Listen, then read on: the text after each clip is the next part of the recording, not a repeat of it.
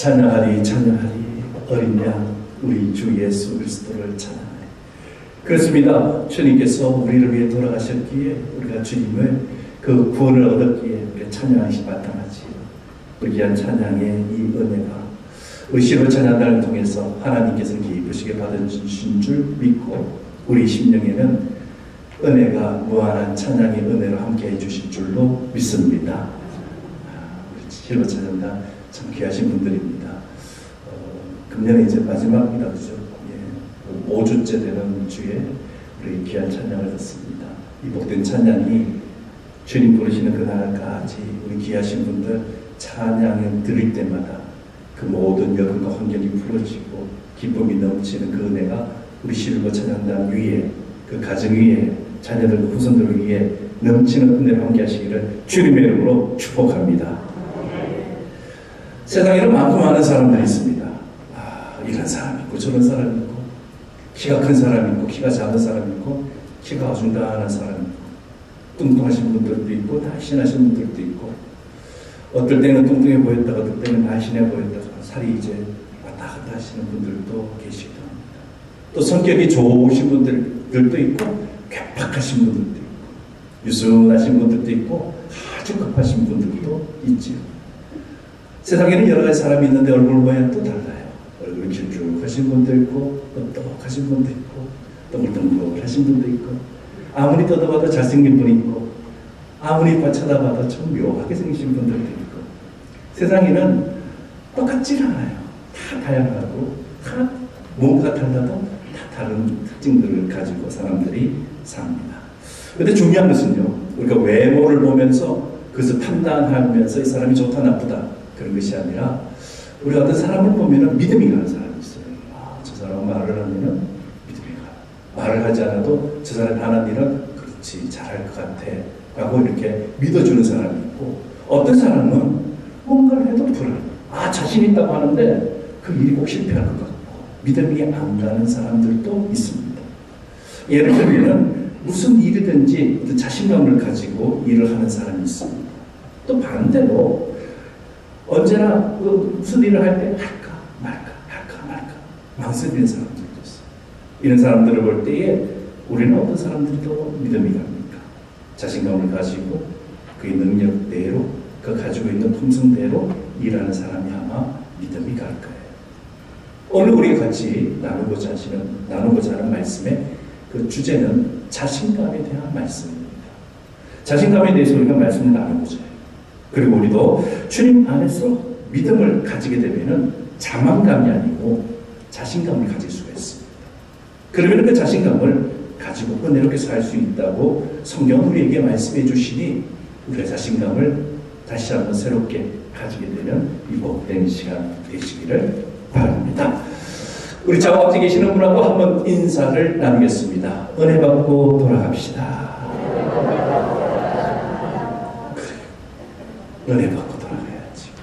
이 귀하고 복된 시간, 쉬고 싶은 시간, 그럼에도 불구하고 우리가 이 예배당에 예배를 드리고 있는 것은 딱 하나, 그죠? 은혜 받기 위해서. 우리가 은혜를 받아야 되는 이유가 또 뭐냐면은 은혜를 받아야지 세상 가운데 나갈 수가 있어요. 교회에서 은혜 받지 못하고 세상 가운데 나가면 힘없이 살아요. 그런데 예배 가운데서 교회 와서 힘을 얻으면 세상 가운데 가서도 자신감 있게 살아요. 가슴을 쫙 펴고 주님이 나와 함께 하시는데 말씀이 나를 인도하시는데 내가 무엇이 겁이 나겠느냐? 사람이 어찌하겠느냐? 그런 자신감을 가지고 살아나가면서 이번 한 주간도 승리하게 되시기를 주님의 이름으로 축원합니다. 그러면 자신감을 가지기 위해서 어떻게 되느냐? 먼저 자신감을 가지고 일을 시작해야 됩니다. 남이 시키는 대로, 남이 하라는 대로 남처럼 살기 위해서 노력하는 사람 불쌍한 사람이에요. 왜 남처럼 살아요? 남하고 다르게 살아야죠. 나보다 더 뛰어나게 살아야죠. 남들처럼 산다는 것은 온전한 삶의 기준이 될 수가 없습니다. 자신감을 가지고 자기 자신으로 주님께서 나에게 독특하게 주신 이 품성과 이 주님의 향한 그 마음을 가지고 사는 것, 그것이 우리에게 좋은 것 아니겠습니까? 그러기 위해서는 자신감이 있어야 됩니다. 자신감을 가지면은 남이 아니라 나처럼 사는 거예요. 그럼 어떻게 하면 이런 자신감을 가지고 우리가 첫걸음을 뗄 수 있을까? 어떤 예를 들면 이렇습니다. 어떤 일을 할 때에 방금 말씀드린 대로 망설이는 경우가 있어요. 할까 말까. 그래서 뭔가 물어보면 시원하게 대답 못하는 사람 있잖아요. 남들 눈치 본다고. 해도 되나 마나. 그런 사람들 보면 답답하고 믿음이 가지 않지요. 생각이 많은 거예요. 생각이 많으면 일을 선뜻 시작하지 못합니다. 그러나 자신감이 있으면 일을 할 때에 쉽게 일을 시작하는 것을 볼 수가 있습니다. 그런 사람들 한번 보세요. 많은 결과를 만들어내고 성공한 사람들의 특징이 여기에 있습니다. 일을 쉽게 해요. 그리고 그 일을 꾸준하게 해요. 그리고 그 일을 끝까지 해요. 그렇기 때문에 남들하고 다른 거예요. 반면에 일 못하는 사람의 특징이 있습니다. 잔뜩 벼려요. 이거 해야지. 할까 말까. 에이, 오늘 일을 할 거야. 좀 이따가 다음에 하자. 벼르기만 하는 사람, 일을 제대로 시작하지 못하는 사람이 있습니다. 이것이 자신감을 가지고 일을 하는 사람과 그렇지 못한 사람, 자신감이 일을 하는 사람, 그 사람의 차이점이 여기서 나와요. 우리는 가끔 일을 쉽게 시작하지 못할 때도 있어요. 왜 그런가? 왜 일을 쉽게 시작하지 못한가? 자신의 판단이 내 판단이 옳은지 아닌지를 확신이 없기 때문에. 잘못되면 어떡하지? 그런 마음이 딱 자리 잡으면 확신이 없어요. 만약 잘못된 내가 판단으로 행동하고 실천해서 실패하게 되면은 그 타격을 내가 다 받을 것인데, 욕도 먹을 것인데, 어떡하지? 이것이 걱정되면은 일을 하기가 힘들어요. 그럼 무엇인가 할 때에도 늘 불안해요. 잘못되면 어떡하? 조급증이 생깁니다. 손바닥을 이렇게 뒤집었다가 저렇게 뒤집었다가 그런 똑같은 거예요. 중요한 것은 뭐냐면은 올바른 판단을 하는 거. 우리는 판단해야 될 때 판단해야 되는데 그것이 올바른 판단인지 올바르지 않은지 그것이 중요하다는 겁니다. 그런데 여기서 우리가 생각하기로는 어떤 것이 좋은 판단이라고 생각하십니까? 어떤 것이 내가 잘 선택하는 것일까? 라고 생각할 수 있을까요? 성경에 비춰보면은 답을 우리가 빨리 찾을 수가 있습니다. 그래 답답하거나 풀리지 않는 것에 대해서 궁금증을 가지면은 어디로 가야 된다? 성경으로 가야 된다. 말씀이 뭐라고 말씀하시는가? 여기서 가만히 들여다보게 되면은 대부분의 대답은 거기서 찾을 수가 있다는 겁니다.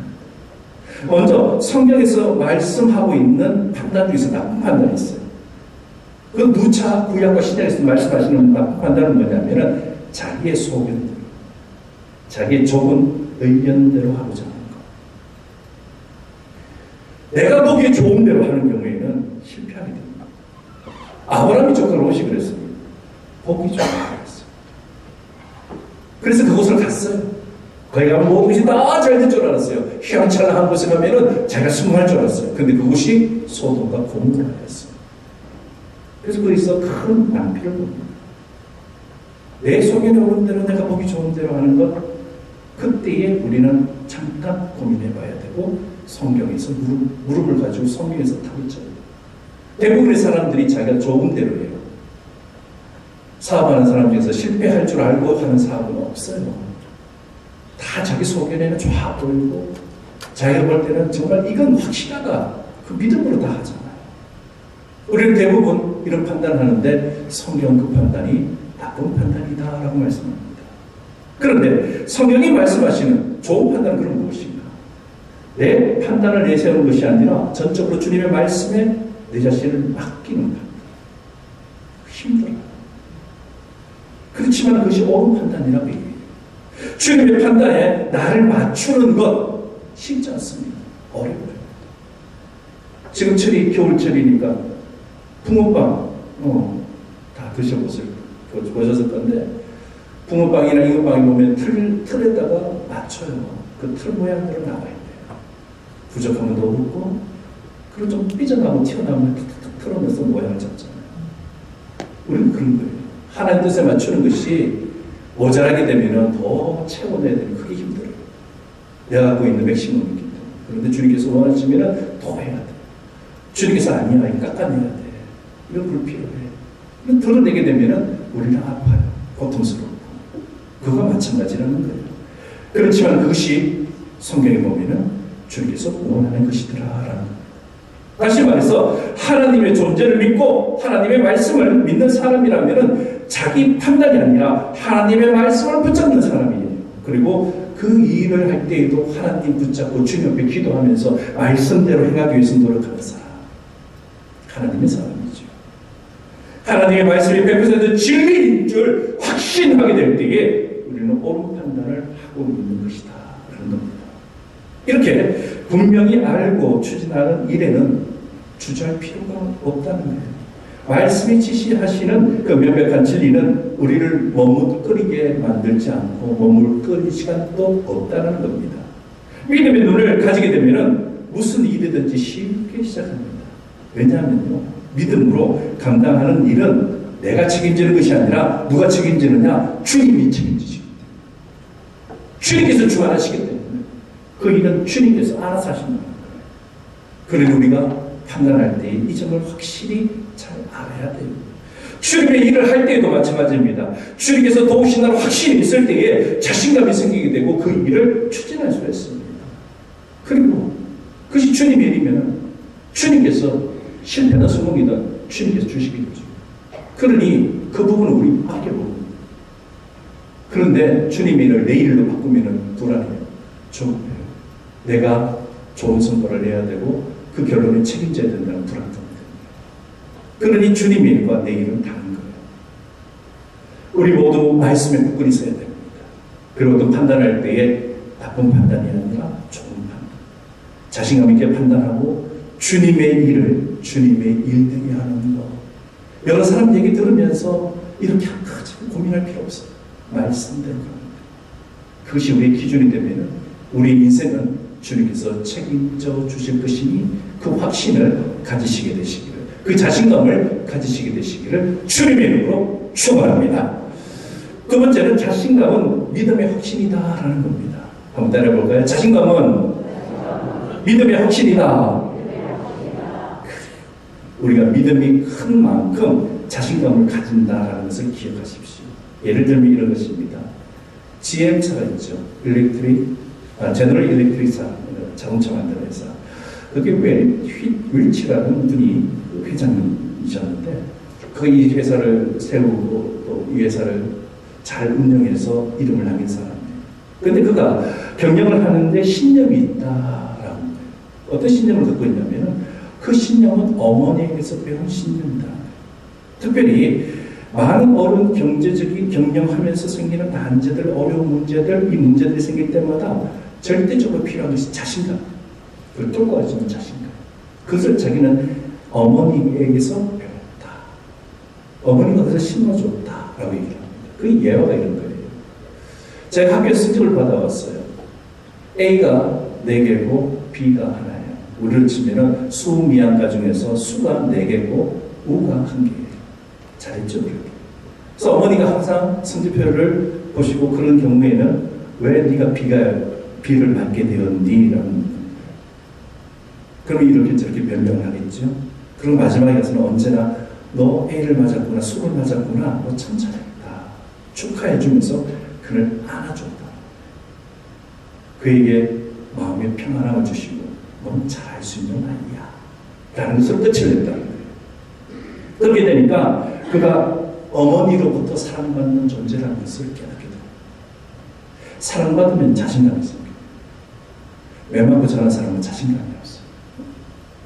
야단 맞고 자란 사람은 어떤 문제에 대해서 자신감이 없어요. 사랑이 얼마나 중요한지 모르요.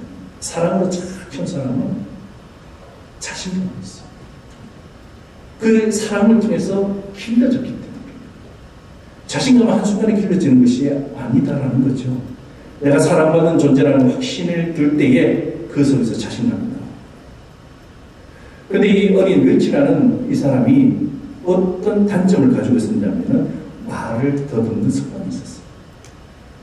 그래서 이제 좀 급한 일이 생긴다니 당황하게 되면 말을 더듬어요. 근데 말 더듬는 것이 잘 고쳐지지를 않아요. 그래서 말을 더덕 함께 되면은 친구들이, 사람들이 놀려요. 말 더듬이라고 아주 사람을 비천하게 만들어요. 그래서 그가 낭패에 여러 번 빠지게 됐어요. 어느 날 그것도 말 더듬게 되니까 친구들이 그렇게 핀잔을 주고 망신을 주고 비웃었어요. 놀림을 받고 눈물을 흘리면서 집으로 왔어요. 그때 어머니가 말을 합니다. 왜 그러니? 라고 물으니 내가 말 더듬는다고 친구들이 나를 따돌려요, 나를 돌려요, 나를 바보 취급해요, 나를 찔러대요. 그래서 서러움을 막 볶아쳐서 그렇게 얘기해요. 그 어머니가 이별집에 이렇게 안아주면서 하는 말이 너의 혀가 너의 똑똑한 머리를 못 따라가서 네가 말 더듬는 거야. 네가 바보라서 말 더듬는 것이 아니라 네 생각을, 네 똑똑한 그 생각을 말이 빨리빨리 표현하지 못해서 네가 말 더듬는 거야. 그렇게 위로를 받았어.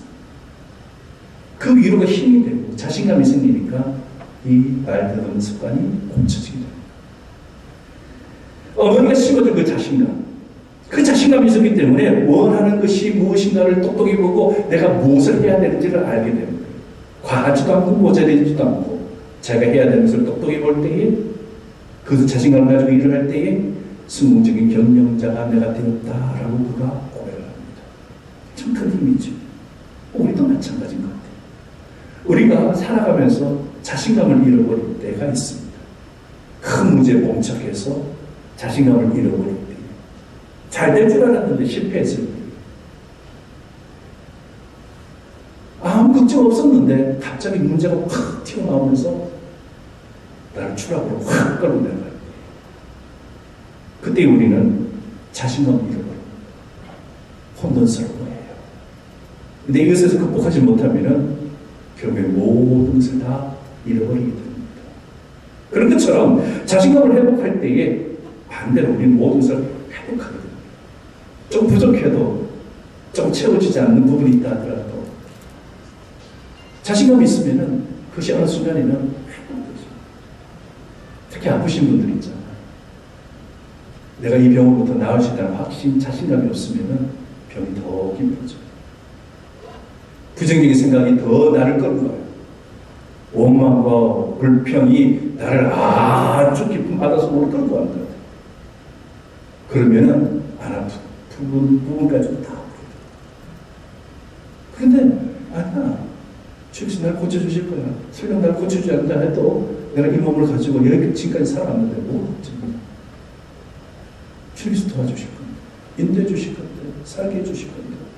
그 믿음이 있으면 나의 아픈 부분이 치유가 돼요. 그 치유가 되게 되면 내가 생각하지 못했던 결과들이 생깁니다. 그렇기 때문에 우리가 내가 주님 앞에서 주님 안에서 어떤 자신감을 갖고 있는가 그 잘 들여다봐야 돼요. 내가 지금 자신감을 다 잃어버려서 무너지고 있는가 아니면 내가 자신감을 가지고 회복되어지고 있는가. 자신감은 아무렇게나 생기는 것이 분명히 아닌 것은 맞아요. 확신이 있을 때 자신감이 생깁니다. 다시 말해서 신앙인에게 자신감이라는 것은 자만감하고 달라요. 내가 능력이 있으니까 내가 힘이 있으니까 내가 뭐가 되니까 그게 아니라 신앙인에게 자신감이라는 것은 주님께서 나를 도와주신다는 그 믿음이 기초예요. 우리 한번 따라해볼까요? 주님께서 나를 도와주신다. 아멘. 이 믿음이 있으면 자신감이 있습니다. 내 스스로가 아니에요. 주님께서 나를 도와주시고 주님께서 나를 붙들어 주시면 주님께서 나를 굳건히 주시면 나는 이 문제에서 이겨낼 수가 있다. 그 믿음, 그 자신감을 가지게 되시기를 바랍니다. 이제 말씀을 정리합니다. 오늘 본문 말씀, 이제 들었던 말씀을 다 종합하면 오늘 본문 9장, 마가복음 9장 말씀이 아주 쉽게 다가오게 됩니다. 귀신 들린 아들을 둔 아버지가 있어요. 그 아버지의 심정 염려해 보세요. 어떨까요? 아들이 아파요. 근데 그냥 아픈 것이 아니라 병원 가서 어디 치료 좀 해가지고 다친 부분 좀 찢어지고 수술해서 낫게 되는 것이 아니라 귀신이 걸렸어요. 영적인 문제예요. 너무나 안타까워요. 소리를 지르기도 하고 나쁜 행동을 하기도 하고 아주 사납게 못되게 굴 때가 많아요. 그것을 옆에서 케어해 주는 것이 너무나 힘들어요. 사람이 지치게 돼요. 그러니까 아버지 마음이 오죽하겠어요. 그런데 그가 예수님을 만나게 됐어요. 그래서 예수님께 묻습니다. 예수님, 할 수 있거든. 이 불쌍한 우리 아들을 좀 도와주세요. 아버지도 할 수 있는 거 맞잖아요. 그런데 예수님이 이 질문이, 이 부탁의 말이 거슬렸어요. 예수님이 좀 화가 나셨어요. 왜?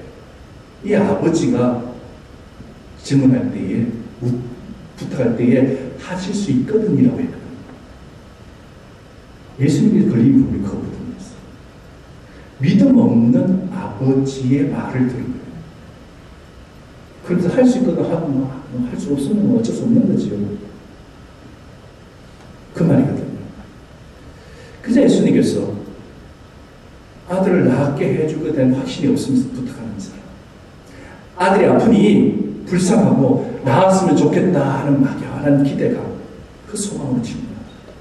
그래서 예수님께서 오늘 마가복음 9장 23절에 그 아버지에게 자신감을 주면서 이렇게 말씀하십니다. 23절입니다. 예수께서 이르시되 할 수 있거든이 무슨 말이냐, 믿는 자에게는 능히 하지 못할 일이 없느니라. 다시 한번 할까요? 할 수 있거든이 무슨 말이냐, 믿는 자에게는 능히 하지 못할 일이 없느니라. 이 말씀이 나의 말씀입니다. 믿는 자에게 능치 못함이 없다. 믿는 자에게 모든 것이 가능하다. 믿음의 자신감, 그것이 있으면은 다니엘처럼 사자굴에 가든 불구덩이에 가든 거기에서 나를 던지고 이기는 거예요. 아무리 강한 적이 나 앞에 나타난다 할지라도 주님께서 함께 해주시고 주님께서 도우시면 내가 이 일을 할 수 있습니다 하면은 싸워서 이길 수가 있는 거예요. 아무리 좋은 조건과 환경을 주더라도 내가 될까? 가능할까? 지금 어떡하지? 안 되면 어떡하지? 그러면 저요. 믿음의 확신. 이것이 있으면 이긴다는 거예요. 우리는 죄악과 싸워야 됩니다. 또 예배를 마치고 세상 가운데 나가면 일주일 동안 우리는 죄악 가운데에서 실험하게 될 것이고, 원하든 원치 않는 죄 속에서 살아가기 때문에 연약한 우리가, 나약한 우리가 죄 가운데에서 휘둘릴 수도 있는 일들이 있게 될 거예요. 그 가운데서도 주님께서 함께 하십니다. 죄악 가운데서도 이길 수 있는 힘을 주실 줄로 믿으시기를 바랍니다. 그래서 사랑하는 성도 여러분, 우리가 어떤 문제를 이번 한 주간 만나든지 간에 주님께서 함께 하시면 그거 아무것도 아니에요. 주님께서 함께 하시면 이길 줄로 믿습니다. 승리할 줄로 믿습니다. 믿음의 자신감을 가지고 이번 한 주간 승리하게 되시기를 주님의 이름으로 축원합니다.